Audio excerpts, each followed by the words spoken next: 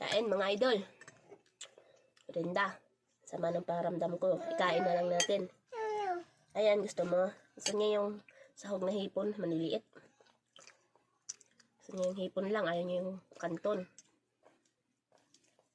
Sa halagang wala pang 50. Meron na akong kanton na hindi mabetsin. Hindi siya instant. Niluto ko talaga siya eh. Hindi yung ano lang, concept kanton na nabibili na eh.